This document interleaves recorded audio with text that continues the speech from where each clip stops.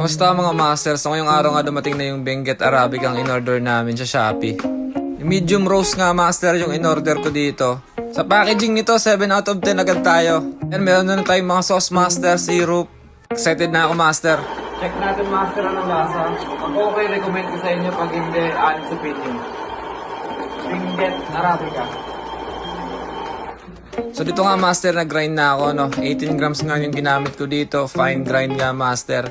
Light tamp lang yung ginamit ko dito. So pag nagka-calibrate, dapat may weighing scale. Ganun pa rin master, walang bawas, walang kulang pag tayo nagka-calibrate.